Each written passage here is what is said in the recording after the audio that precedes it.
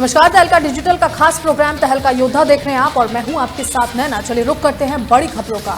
लखीमपुर खीरी में पुलिस की बर्बरता का मामला सामने आया है। इंसाफ की मांग कर रहे लोगों पर पुलिस ने लाठियां बरसाई हैं। युवक की संदिग्ध मौत के बाद परिजन प्रदर्शन कर रहे थे। आरोपी की गिरफ्तारी की मांग को लेकर विरोध प्रदर्शन चल रहा था। पुलिस कार्रवाई का वीडियो अब सोशल मीडिया पर वायरल हो रहा है। इस वक्त की बड़ी खबर आपको बता रहे जो सीधा लखीमपुर से सामने आ रही है। बता दें कि लखीमपुर खीरी के थाना खीरी क्षेत्र के लोनियापुरवा गांव में एक युवक की संदिग्ध परिस्थितियों में मौत के बाद परिजनों ने आरोपियों की गिरफ्तारी की मांग को लेकर विरोध प्रदर्शन किया। परिजनों ने शव को पीलीभीत बस्ती हाईवे पर रखकर जाम लगा दिया। इस दौरान पुलिस ने प्रदर्शनकारियों पर लाठियां बरसाई, जिसमें पुरुषों के साथ साथ महिलाओं को भी दौड़ा दौड़ाकर पीटा गया। पुलिस की इस कार्रवाई का वीडियो सोशल मीडिया पर वायरल हो गया है, जिससे पुलिस की बर्बरता पर सवाल उठते नजर आ रहे हैं। परिजनों का आरोप है कि पुलिस ने लापरवाही बरती और आरोपियों की गिरफ्तारी में ढिलाई दिखाई है।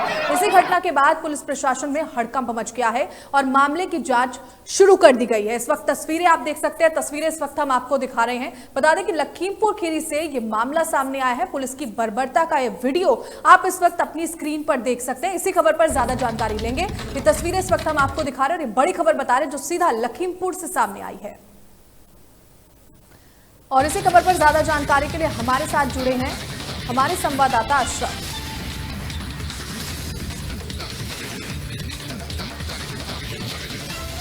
अशरफ, क्या कुछ ये पूरा मामला है और क्या कुछ खास जानकारी इस पूरे मामले पर मिल रही है?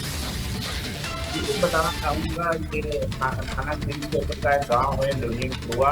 वहाँ पे एक व्यक्ति था, वो काम करने के लिए घर से साइकिल करता है, वापस घर नहीं पहुँचता है। वो बता के जाते हैं ठेकेदार के हम जा रहे हैं काम करने, लेकिन नहीं पहुँचता है।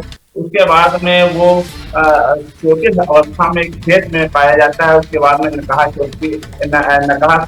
भेजा जाता है। आदत गंभीर होने के कारण जिला अस्पताल रेफर कर दिया जाता है। जिला अस्पताल के रेफर होने के बाद में उसका इलाज चलता है। उसके बाद में उसको लखनऊ जाने के लिए होता है, लेकिन उसकी मृत्यु हो जाती है। मृत्यु होने के बाद में उसका तो पीएम हाउस लाया जाता है, वो पोस्टमार्टम होता है। उसके बाद में घर ले जाने के लिए परिवार तक पहुँचता है। उसके बाद में बस्ती लखनऊ सफाई के जाम कर दिया जाता है। तब थाना की पुलिस आनंद फानन में पहुँच जाती है तो उसको हटाने की कोशिश करती है। उसके बाद में हटाने के बाद ये पता चलता है कि कैसे आप देख रहे हैं सोशल मीडिया में कई वीडियो वायरल हुए हैं कि हालांकि पुलिस का ये भी बात नजर आ रही थी कि जो है जो है ना कि चोटिल नहीं हुए हैं, तो नहीं सिर्फ जो है पुलिस ने इस तरीके से हटाया है। आप जानकारी तो दे रहे हैं, युवक की मौत मैं पूछना चाहती हूँ कि किन परिस्थितियों में हुई थी और उसके पोस्टमार्टम रिपोर्ट में क्या बात सामने आई? अभी तक पोस्टमार्टम रिपोर्ट जो है सामने नहीं आ पाई है। बात की गई पुलिस विभाग से तो बताया अभी आएगी। जो लोग होंगे उनको उन दोषियों को सजा मिलेगी। वो जो लोग होंगे, क्योंकि पहले 300 साल IPC 300 साल में दर्ज कर दिया गया था। उसके बाद में तरमीम 302 में हो गया था। पुलिस की टीमें बना दी गई हैं, उनको पकड़ा जाएगा तो कोई दोषी होगा। अब ये भी बताया जा रहा है वो शराब का आदी था, हो सकता है शराब के नशे में उसकी हुआ हो। ये समय के गर्भ में है। अब क्या कल होता है ये वक्त ही बताएगा, लेकिन जो सोशल मीडिया पर लगातार वीडियो वायरल हो रहे हैं कुछ बहुत जाहिर हो रहा है। देखना बाकी ये है पुलिस इस पर क्या कार्रवाई करती है क्या नहीं। हालांकि पुलिस की टीमें बना दी गई हैं। इस पे जो है एसपी लखीमपुर अपनी नजर बनाए हुए हैं और टीमें भी गठित कर दी गई। बहुत जल्दी वो लोग पकड़े जाएंगे। तो क्या प्रदर्शनकारियों को पहले से चेतावनी दी गई थी? बातचीत का कोई प्रयास किया गया था पुलिस प्रशासन द्वारा? बिल्कुल, खीरी थाने की पुलिस लगातार कोशिश कर रही थी कि इनको हटाया जाए। जब वो नहीं हटे तो ये भी बताया जा रहा है कि किसी ने जनता की तरफ से कुछ हुआ है, उसके बाद में ये सब हुआ है। ये सोशल मीडिया पर काफी खबरें जो है प्रकाशित हो रही थी, उसके बाद में ये जानकारी मिली। तो अशरफ, वीडियो में दिख रही इस पुलिस बर्बरता के लिए जिम्मेदार अफसरों पर क्या कार्रवाई की जा रही है या फिर करने की बात कही जा रही है? अब अभी तक तो कुछ नहीं हुआ है, अब देखना बाकी है क्या होता है कल। तो अशरफ, आरोपियों की अभी तक गिरफ्तारी क्यों नहीं हुई और इसको लेकर क्या कुछ प्रयास किए जा रहे हैं? पुलिस का यही कहना है कि टीमें गठित कर दी गई हैं। आरोपियों की गिरफ्तारी के लिए टीमें गठित हैं। लगातार कोशिश की जा रही है कि जहां भी होंगे, जैसे भी होंगे, जो आरोपी होंगे उनको पकड़ लिया जाएगा और बेगुनाह जेल नहीं जाएगा। यही पुलिस कहती हुई नजर आ रही है। ठीक है, बहुत बहुत शुक्रिया खास जानकारी के लिए।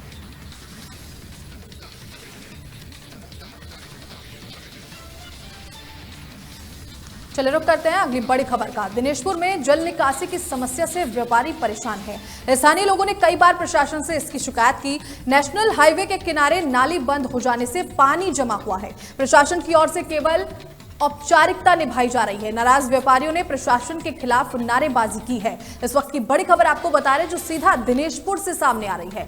दिनेशपुर के जाफरपुर इलाके में लंबे समय से जल निकासी की समस्या बनी हुई है, जिससे स्थानीय व्यापारी और रहवासी बेहद परेशान है। खासकर बरसात के दिनों में यह समस्या और भी ज्यादा बढ़ जाती है। पानी की निकासी का उचित प्रबंधन न होने के कारण नालियों का पानी सड़कों पर फैल जाता है, जिससे न सिर्फ ट्रैफिक में बाधा आती है बल्कि लोगों के दुकानों और घरों में भी पानी घुस जाता है। स्थानीय व्यापारियों का कहना है कि वो इस समस्या को लेकर कई बार प्रशासन के अधिकारियों के पास जा चुके हैं, उनसे संपर्क कर चुके हैं। उन्होंने शिकायतों के माध्यम से ये मांग की कि नेशनल हाईवे के किनारे बनी नाली की उचित सफाई और जल निकासी की व्यवस्था की जाए। बावजूद इसके प्रशासन की ओर से कोई ठोस कदम नहीं उठाए गए।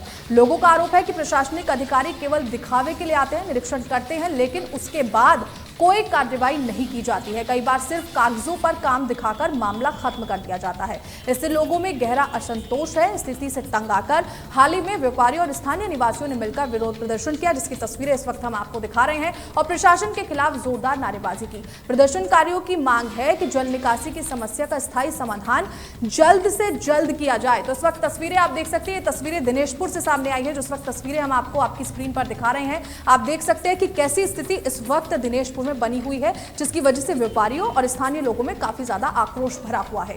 और इसी खबर पर ज्यादा जानकारी लेंगे, लेकिन चलिए सबसे पहले आपको बताते हैं कि इस पर स्थानीय लोगों का क्या कुछ कहना है, वो आप सुनिए।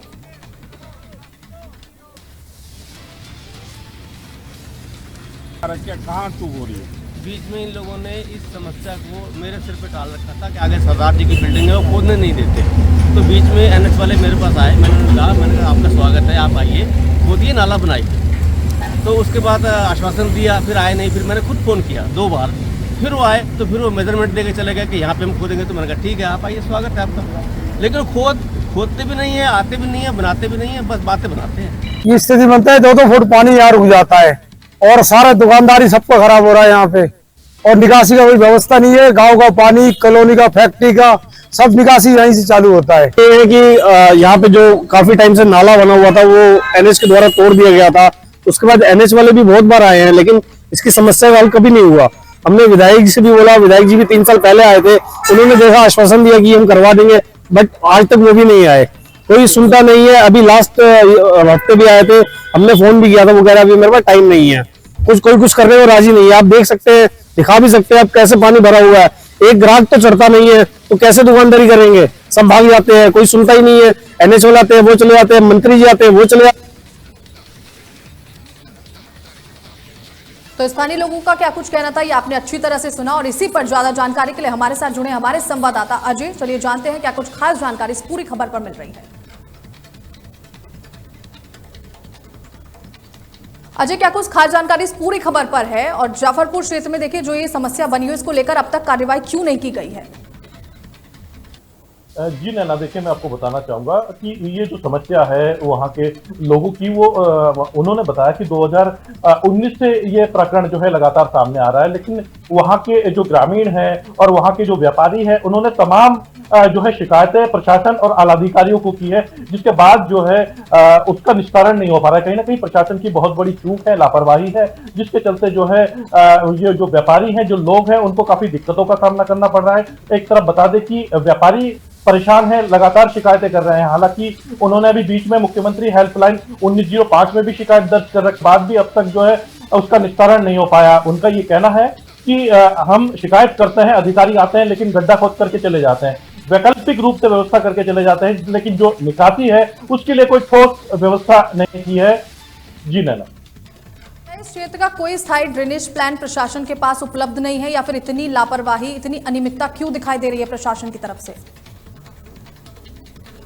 हालांकि देखिए मैं आपको बता दूं, शिकायतें होती है, लेकिन शिकायतों पे काम करने के लिए जो है कागजी कार्रवाई वो प्रशासन करता है, लेकिन धरातल की बात करें तो देखिए धरातल पर कार्य होता हुआ वो नजर नहीं आता है। कहीं ना कहीं ये तमाम तरह के आरोप जो है वहां की जनता, वहां की पब्लिक लगाती हुई नजर आ रही है। लेकिन उन्होंने एक बड़ी बात देखिए, उन्होंने ये भी कही है कि वहां के जो जनप्रतिनिधि है, जो विधायक है, जो ग्राम प्रधान है, कई बार उनको अवगत करवा दिया है, लेकिन उन्होंने बार बार ठीक करवाने का हवाला देकर के जो है लगातार सालों गुजर चुके हैं, लेकिन अब तक व्यवस्था का निस्तारण नहीं हो पाया है। लोगों को उस गंदी पानी से होकर के गुजरना पड़ रहा है। कहीं ना कहीं एक तरफ जो है गंदी पानी जमा होने से भयानक बीमारी से लोग संक्रमित हो सकते हैं, और ये एक बड़ी समस्या है वहां पे खास तौर पे देखी जा सकती है। जी ठीक है, बहुत बहुत शुक्रिया खास जानकारी के लिए।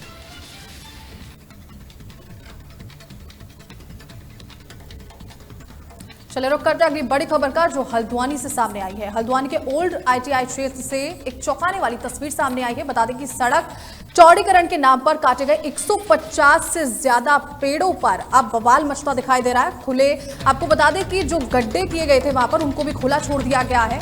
साथ ही साथ स्थानीय लोगों में खासी नाराजगी देखी जा रही है और हादसे की भी आशंका बढ़ गई है। प्रशासन की लापरवाही पर भी कई सवाल उठते नजर आ रहे हैं। हल्द्वानी के ओल्ड ITI क्षेत्र में सड़क चौड़ीकरण के कार्य के नाम पर 150 से ज्यादा हरे भरे पेड़ों को काट दिया गया। इस कदम ने एक और जहां पर्यावरण प्रेमियों को निराश किया है, तो वहीं अब ये स्थानीय निवासियों के लिए मुसीबत का कारण बनता जा रहा है। सड़क के किनारे मौजूद पेड़ों की जड़ें हटाने के बाद जो बड़े बड़े गड्ढे बने, उन्हें भरने की कोई व्यवस्था अब तक नहीं की गई है। नतीजन ये गड्ढे अब हादसों को दावत देते नजर आ रहे हैं। राहगीर और खासकर दोपहिया वाहन चालक इन खतरनाक गड्ढों में गिरकर चोटिल हो रहे हैं। स्थानीय लोगों का कहना है कि सड़क के एक और गड्ढे हैं, तो दूसरी ओर नगर निगम द्वारा रेत और बजरी का ढेर लगा दिया गया है। ऐसे में न सिर्फ पैदल चलने वाले लोगों को दिक्कत हो रही है, बल्कि स्कूली बच्चे, बुजुर्ग और महिलाएं भी असुरक्षित महसूस कर रही हैं। स्थानीय निवासियों का कहना है कि प्रशासन ने पेड़ तो काट दिए, लेकिन आगे की कोई प्लानिंग नहीं की है। सड़क अधूरी छोड़ दी गई है और चारों ओर फैली बजरी की वजह से हर दिन कोई ना कोई गिरकर चोटिल हो रहा है।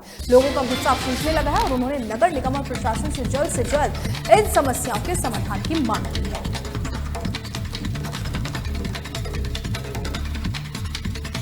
तो तस्वीरें इस वक्त आप देख रहे हैं और चलिए आपको सुनवाते हैं कि स्थानीय निवासियों का क्या कुछ कहना है। सर, ये जो गड्ढे हैं यहाँ पर, ये वन विभाग वाले जड़ें तो यहाँ से निकाल के ले गए और उसके बाद ये गड्ढे ऐसे ही छोड़ गए। ये 1 महीना हो गया लगभग, इसमें आए दिन गाड़ियाँ फंस रही हैं और ये बजरी भी है। फिर कल क्या हादसा हुआ था? कल यहाँ पे शाम के टाइम एक बाइक वाला आया था, ये 2 टायर के निशान भी इसमें, उसमें पानी भरा था। पानी भरे के कारण ये पानी दिखा नहीं इसमें गड्ढा। अभी गड्ढे में फिर वो बाइक लेके गिर गया, उसके कपड़े लत्ते सब बैग वैग सब फंस गया, खराब हो गया। उसके कपड़े चेंज कराए। फिर बहुत है, आए दिन एक्सीडेंट वगैरह होते रहते हैं। यहाँ देखिए कैसे कैसे गंदगी हो रही है, कितने कितने गड्ढे गहरे पड़े हुए हैं यहाँ गड्ढे। इनकी शिकायत कितनी बार कर ली, कोई किसी कोई सुनवाई नहीं, कहीं से कहते कोई सुनवाई नहीं हो रही है। क्या नाम है आपका? मेरा नाम गिरीश कुमार शर्मा। कल भी कोई घटना हुई है यहाँ पर? जी हाँ, कल भी वो 2 लड़के सांड आपस में, तो उसमें 2 बच्चे बच भी गए यहाँ पर, और एक स्कूटर वाले का तो एक्सीडेंट हो गया, बच भी गया, तो उसका तो बहुत चोट आई है उसकी मोटरसाइकिल में।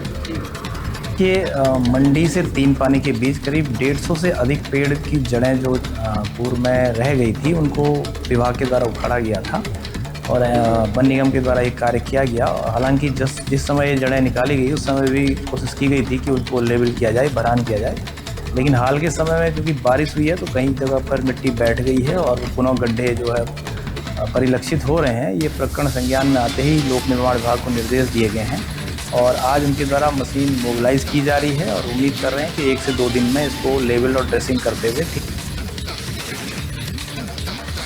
और इसी खबर पर ज्यादा जानकारी के लिए हमारे साथ जुड़े हल्द्वानी से हमारे संवाददाता शेरअफगान। शेरअफगान, क्या कुछ खास जानकारी इस पूरी खबर पर मिल रही है? पेड़ों की कटाई के बाद आगे की क्या कुछ योजना बनाई गई थी? जिस तरीके से हम देख रहे हैं कि देखिए लगातार लोगों को परेशानियों का सामना वहां करना पड़ रहा है, क्या कहेंगे? देखिए नैना, मैं इस खबर पे कहना चाहूंगा कि ये प्रशासन की एक लापरवाही की वानगी देखने को मिल रही है। जिस तरह से हल्द्वानी एक व्यस्तम शहर है और मंडी जो कृषि उत्पादन मंडी है, वहां से लेकर के 3 पानी तक ये रोड चौड़ीकरण का काम चल रहा था, जिसमें 150 से अधिक पेड़ों को प्रशासन के द्वारा काटा गया। अब वो पेड़ तो काट लिए गए, पेड़ काटने के बाद जड़ें भी निकाल दी गई, लेकिन जड़ें निकालने के बाद में जो उनके गड्ढे बचते हैं उनको वैसे ही छोड़ दिया गया और उनमें अगर मिट्टी भी भरी गई है तो मिट्टी इस हिसाब से भरी गई है कि उनके अंदर एक दलदल नुमा गड्ढे बन गए हैं। अब वहां रोज आए दिन हादसे हो रहे हैं, जिससे लोग चोटिल भी हो रहे हैं और लोगों की गाड़ी कमाई की खरीदी हुई गाड़ियां, उनके वाहन भी खराब हो रहे हैं। लेकिन शासन प्रशासन इस ओर ध्यान नहीं दे रहा है। स्थानीय लोगों को वहां काफी मशक्कत से गुजरना पड़ रहा है और काफी मुश्किलों का सामना करना पड़ रहा है। नैना, तो शेर अफगान, आपने जिस तरीके से देखा कि जो स्थिति वहां पर बनी हुई है, तो क्या इसे एक अधूरी प्लानिंग का हिस्सा मान ले जनता? क्या अधूरी प्लानिंग के तहत कि सब कुछ जो परेशानी उनको हो रही है ये संभव है? देखिए नैना, मैं बताना चाहूंगा कि जिस तरह से अभी 15 जून से बरसात शुरू होने वाली है, प्रशासन अभी अपनी तैयारियों में खरा उतर ही नहीं रहा है। प्रशासन की पोल खुलती नजर आ रही है, प्रशासन हर जगह पर विफल नजर आ रहा है। आप देखिए 15 जून से बरसात शुरू है, आज आपकी जो है ये गड्ढे हुए हैं, इनमें दोनों जो सड़क है, सड़क के दोनों ओर मिट्टी और रेते के ढेर पड़े हुए हैं, जिसकी वजह से जो मिट्टी और रेता सड़क पर भी आ रहा है और गाड़ी फिसलने का कारण भी बन रहा है। तो सरकार की कोई प्लानिंग नहीं थी, किसी तरीके से इन्होंने कोई प्रशासन ने प्लानिंग नहीं की, और प्लानिंग किए बिना ही वहां से 150 पेड़ हरे बड़े पेड़ हटा दिए, जिससे कि देखिए पर्यावरण को भी नुकसान पहुंचाया। चले ठीक है, विकास के लिए आपने वो कार्य किया, लेकिन विकास के साथ साथ आप वहां कर विकास करें तो सही, कम से कम उस काम को जल्दी से जल्दी पूरा करें। आपने सुना स्थानीय लोग किस तरह से वहां परेशान है। कल रात भी वहां एक बंदा गिरा, बाइक से गिरा, उसके कपड़े खराब हुए, उसके चोट लगी, बाइक टूटी। भाई कोई अपनी माँ का लाल अपने वहां से निकल रहा है, उसके बच्चे, उसकी माँ बहनें उसके घर पे वेट कर रही हैं, लेकिन शासन को, प्रशासन को इसकी तरफ कोई ध्यान नहीं है। इन एक्सीडेंट का जिम्मेदार कौन इनकी जिम्मेदारी लेगा? आप लोग प्लानिंग नहीं करते, प्लानिंग के बिना ही काम करते हैं। प्लानिंग के बिना आपने गड्ढे खोद दिए, जड़ें निकाल दी। अब जड़ें निकाली है जैसे, उसको उसी हिसाब से वहां भरना चाहिए, उसके अंदर मिट्टी रेता बजरी भरना चाहिए ताकि वो जमीन ठोस हो सके। तो आपके पास कोई प्लानिंग तो है नहीं, कोई रूट मैप तो है नहीं, कोई मैप प्लान तो है नहीं। बिना मैप प्लान के, बिना रूट मैपिंग के आप काम कर रहे हो। शासन इसकी जिम्मेदारी लेने को तैयार आखिर क्यों नहीं है? कौन जिम्मेदार होगा जो वहां लोगों की चोटें लग रही हैं, लोगों का नुकसान हो रहा है और लोग मिट्टी खा रहे हैं, मिट्टी धूल उड़ उड़ के लोगों के घरों में, लोगों के पेट के अंदर जा रही है, जिससे उनको नुकसान भी हो रहा है। जी रहना शेर अफगान का ये मान लें कि देखिए अंदर खाने कुछ ना कुछ ऐसा है जिसकी वजह से काफी ज्यादा अनियमितताएं देखने को मिलती हैं, या फिर बातचीत ढंग से नहीं हो पा रही है। किस तरीके की स्थिति अंदर माहौल में देखने को मिल रही है प्रशासन के? देखिए मैं आपको सीधे तौर पे बताना चाहूंगा कि इस मामले में हमारी city magistrate AB Vajpayee ji से भी बात हुई थी। उनका भी कहना है कि ठीक है, मामले को संज्ञान में लेके इसको तुरंत से काम कराया जाएगा, इसको ठीक कराया जाएगा। लेकिन कहीं ना कहीं शासन प्रशासन पूरी तरह लापरवाह है। अभी 2 दिन पहले हल्द्वानी के अंदर बारिश पड़ी, थोड़ी सी बारिश पड़ी थी 20 मिनट। उस 20 मिनट की बारिश में हल्द्वानी की सड़कों पे जल भराव की स्थिति पैदा हो गई, पूरा हल्द्वानी जलामग्न हो गया था। लेकिन प्रशासन इस ओर ध्यान ही नहीं देता है। विकास के नाम पर खोखले दावे मिलते हैं, खोखला दम भरता है प्रशासन। और अगर बात विकास की करें, बात साफ सफाई की करें, बात प्रशासन की सतर्क रहने की करें, तो आप देखें धरातल पे कुछ भी नहीं है। नैना, शेर अफगान, इन असुविधाओं के पीछे कौन है? किसका मुख्य चेहरा, किसका मुख्य स्वरूप सामने आ रहा है? देखिए जिन लोगों को जो सरकारी अमले से जो टेंडर मिलते हैं, कहीं ना कहीं वो लोग भी इसके जिम्मेदार हैं। उनको टेंडर मिल जाते हैं, वो लोग काम अपना टाइम से पूरा नहीं करते हैं और उनकी भी कुछ मजबूरियां हैं। कहीं ना कहीं से शासन प्रशासन में जो खेल चलता है ना, टेंडर देने के बाद में उनको धनराशि आवंटित नहीं की जाती है, या और XYZ बहुत सारी चीजें हैं, उसके बल पर वो भी उसके लिए परेशान हो जाते हैं। लेकिन कहीं ना कहीं अगर सीधे तौर पे बात की जाए, तो सीधे अगर हम बात करें तो इसके अंदर जो प्रशासनिक अधिकारी है वो इसमें साफ साफ लिप्त है, साफ साफ जिम्मेदार बनते हैं इसके, वो नैना। तो शेर अफगान, आपने बातचीत की होगी प्रशासन के कुछ अधिकारियों से, क्योंकि देखिए कि हर जगह की समस्या बनती जा रही है, तो इस पर क्या कुछ उनका कहना है? देखिए अपना पल्ला झाड़ते नजर आते हैं। अपने उनके कोर्ट में बॉल आती है तो वो कहते हैं ठीक है, हम इसको दिखवाएंगे, हमारे संज्ञान में नहीं है, आपके माध्यम से हमारे संज्ञान में ये बात आई है। अब बताएं, आप इतने बड़े बड़े मामले हो जा रहे हैं, उनके संज्ञान में बात नहीं है। उनका कहना होता है कि ठीक है, आपके माध्यम से ये बात हमारे संज्ञान में आई है, इस पर हम कार्रवाई करेंगे, जल्द से जल्द इसको ठीक कराएंगे, उनका ये कहना होता है। नैना, ठीक है, बहुत बहुत शुक्रिया खास जानकारी के लिए।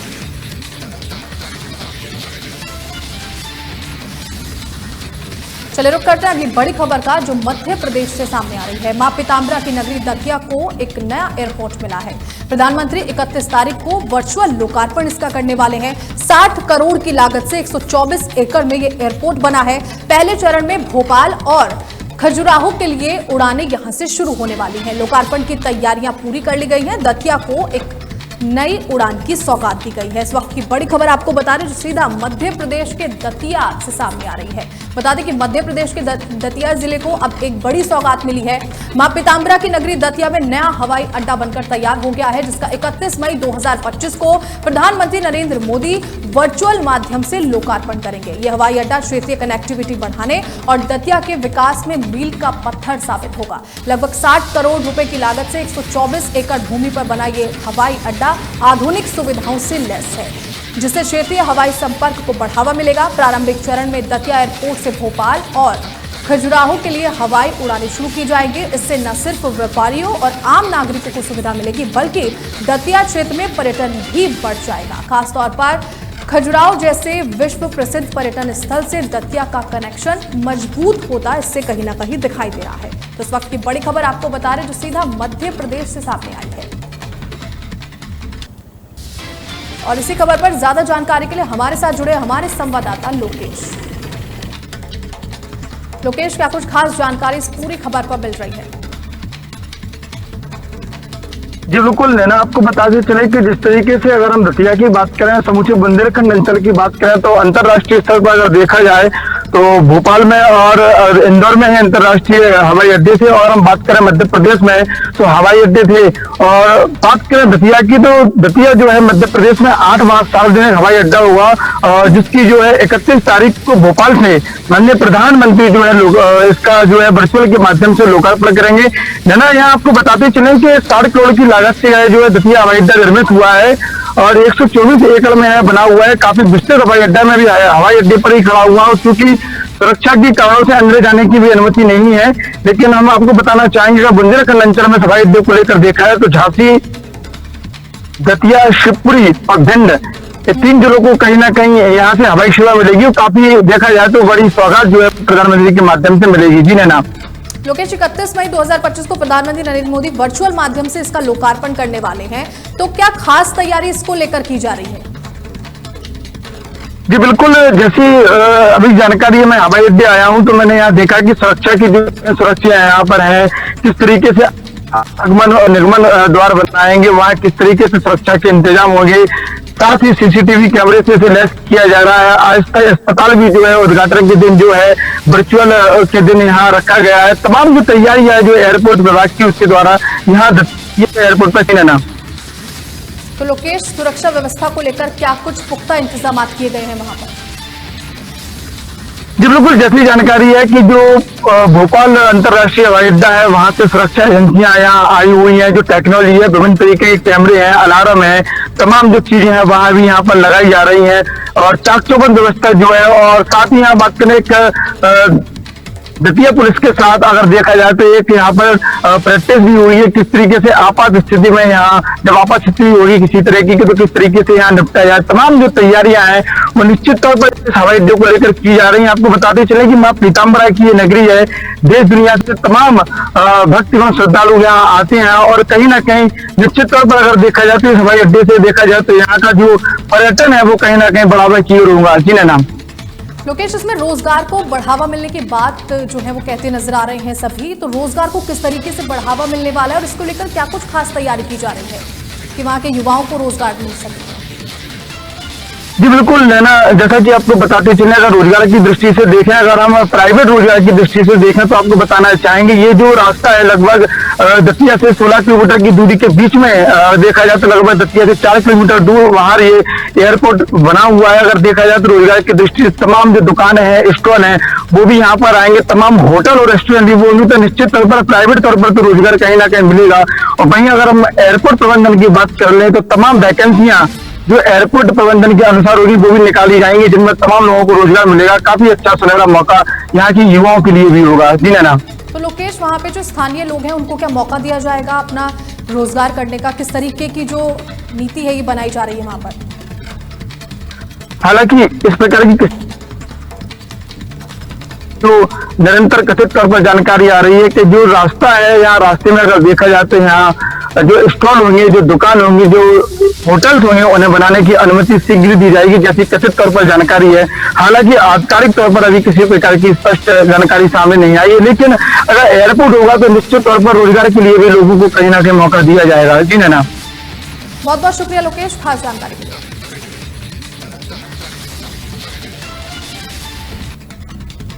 खास और बड़ी खबरों में फिलहाल इतना ही। खबरों को देखने के लिए बने रहें तहलका डिजिटल के साथ। नमस्कार।